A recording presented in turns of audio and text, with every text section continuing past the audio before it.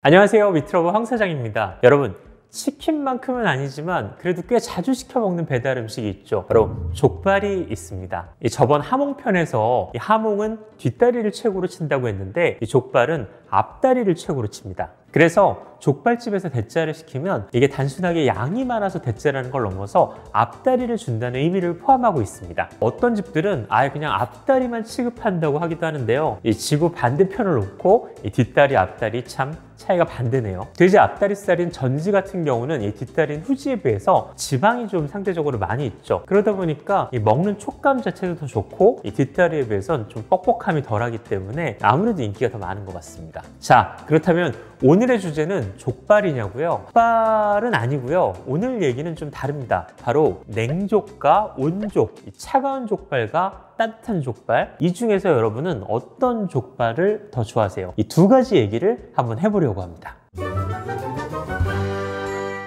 우선 냉족발이라고 해서 얼려 먹거나 일부러 많이 차게 해서 먹는 그런 족발은 아닙니다. 아니 뭐 이게 하겐다즈 족발 맛도 아니잖아요. 굳이 왜 시키냐면 이 삶아진 족발이 식으면서 비계의 젤라틴이 쫀득해지는 그 특유의 맛이 좋기 때문에 옛날부터 전통적으로 그렇게 많이 먹었습니다. 그런데 요즘은 아무래도 이 비계가 흐물거리는 한이 있더라도 당장 따뜻하게 먹을 수 있는 온족발을 좋아하시는 경우들이 많아서 이 냉족발을 파는 곳이 점점 줄어들고 있습니다. 일단은 1975년도부터 꾸준하게 냉족발을 판매하고 있는 그때 그 집이라는 곳을 들려봤어요. 현재 논현동에서 2대째 하고 계시는데 이 집은 메뉴가 참 심플합니다. 족발, 파전, 동동주 뭐 거의 이렇게 보시면 되는데 그래서 회사원들이 회식으로 많이 오는 집입니다. 개인적으로 부추 무침이 맛있다 보니까 뭐 이걸 부추 비빔밥으로도 판매를 하는데 배달도 되기 때문에 저는 가끔 시켜 먹는 집이긴 해요. 이 집이 아까 말한 대로 앞다리 하나만을 판매하는데 앞다리라고 해도 부위별 식감이 다르기 때문에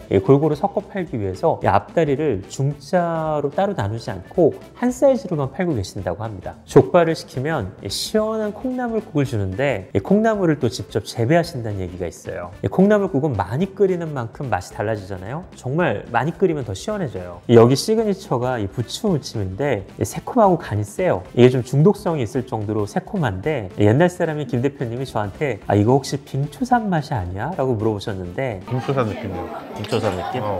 그 말을 책임질 수 있어? 없어.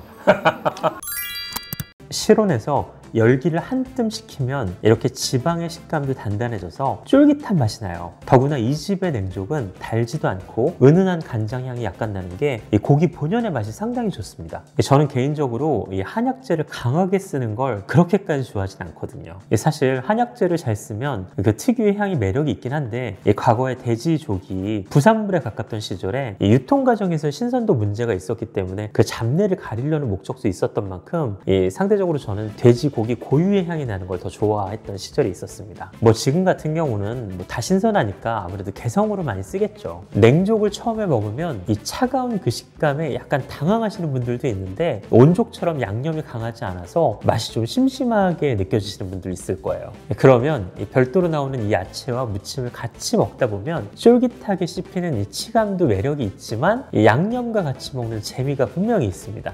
나오기 전에 물어보질 못했는데 이 집은 꼭 오이를 이렇게 크게 주시더라고요. 이거 왜 이렇게 주시는지 물어보질 못했네. 자, 이제 냉족발을 먹었으니까 이제 강남 3대 족발이라고 불리는 영동족발의 온족발을 먹으러 한번 가봤습니다. 이 집이 온족발의 창시자라는 이야기를 듣는 대표적인 온족발 집입니다. 김 대표님 같은 경우는 어렸을 때 집과 가까워서 자주 들리셨다고 하는데 비교적 늦은 시기에 창업을 했어요. 1985년도에 창업을 했으니까 1960년대에 시작한 장충동에 비하면 확실하게 신흥 강자라고 볼 수 있죠. 분명히 온족발이 이 냉족발 다음 세대라고 볼 수 있습니다. 온족발들은 대부분 양념 맛이나 향이 강하면서 당도도 좀 강해요. 양념이 강하면 비린내도 덜 나고 따뜻한 고기와 양념은 우리에게 익숙한 양념육의 맛을 연상시키게 하거든요. 이게 따뜻할 때 먹으면 부드럽고 달달해서 족발을 먹는다기보다는 그냥 고기 먹는 느낌이 확실하게 납니다. 이 자리에서 판 깔고 앉아서 시원한 소주 한 잔 마시면서 고기를 먹으니까 이런 느낌이 더 좋았던 거죠. 처음에는 영동족발 역시도 이 냉족을 팔던 곳이었는데 손님이 너무 몰려드는 시간에 시킬 시간이 없어서 이걸 바로 내놓다 보니까 결과적으로 온족의 인기도 나쁘지 않아서 이쪽으로 자리를 잡게 됐다고 합니다.